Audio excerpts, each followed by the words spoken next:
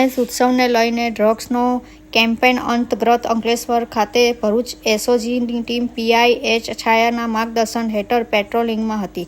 તે દરમિયાન ટીમને ચોક્કસ ટીપ મળી હતી.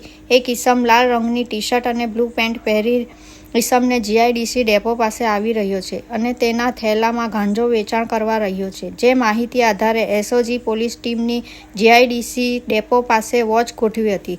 દરમિયાન માહિતી આધારે ઈસમ નજરે પડતા જ પોલીસે તેને કોર્ડન કરી ઝડપી પાડ્યો હતો અને તેના બેગની તલાશી લેતા અંદરથી નશાકારક વનસ્પતિજન્ય ગાંજો મળી આવ્યો હતો. એસઓજીની ટીમે મૂળ બિહાર કટિહારના બાવજી ઉર્ફે રાવજી લક્ષ્મીદાસ ઉર્ફે સાધુ દાસ મંડલની ધરપકડ કરી હતી અને એફએસએલ ટીમની સ્થળ પર બોલાવી હતી અને મળી આવેલ વનસ્પતિજન્ય ગાંજાનો પરીક્ષણ કરી તો ગાંજાનો હોવાની પુષ્ટિ થતાં જ પોલીસે કુલ 9.899 ગ્રામ ગાંજો કિંમત ₹98,990 તેમજ મોબાઈલ કિંમત ₹2,000 મળી કુલ ₹1,09,90 મુદ્દામાલ જપ્ત કર્યો હતો અને અંકલેશ્વર બી ડિવિઝન પોલીસ મથકે ઘી નાર્કોટિક્સ ડ્રગ્સ અને સાયકોટ્રોપિક સબસ્ટાન્સ એક્ટ 1985ની કલમ 8C-20 BIIB હેઠળનો ગુનો નોંધી ગાંજાનો જથ્થો ક્યાંથી અને કોની પાસેથી લાવ્યો અને કોને આપવાનો હતો તે અંગે વધુ પૂછપરછ આરંભી હતી.